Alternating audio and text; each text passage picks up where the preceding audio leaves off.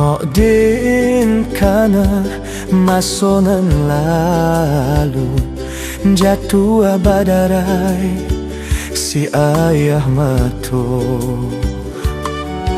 sadiah bana di maso itu kasih putui dalam bacinto.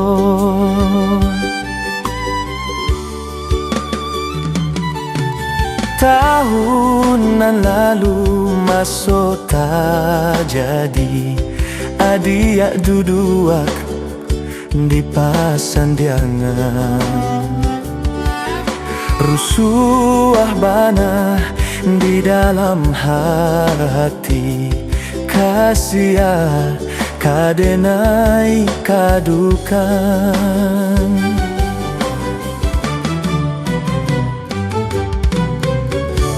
Malang bana nasib badan denai kasih bajadi kita bacarai denai tarimo jo sabah hati ba itu kuaso ilahi.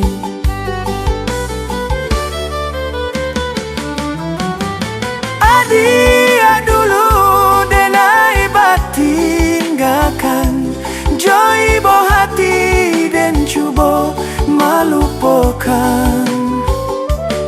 Kini denai Allah dapat cari ganti cinta dan ulang nan kedua kali.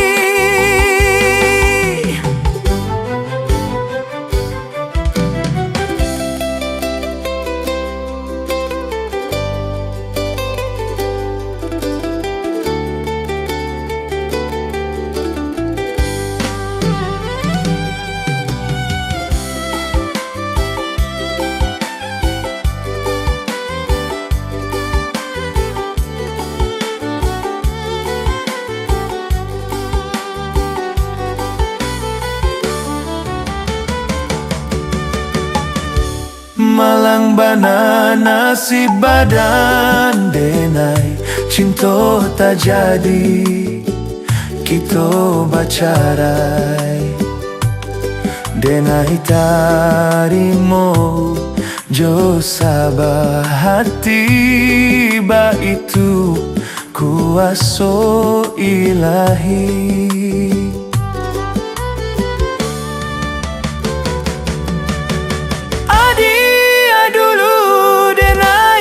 Tinggalkan joy bo hati dan cuba malupakan. Kini denai Allah dapat cari ganti cinta dan ulang nan kedua kali. Cinta dan ulang nan kedua kali.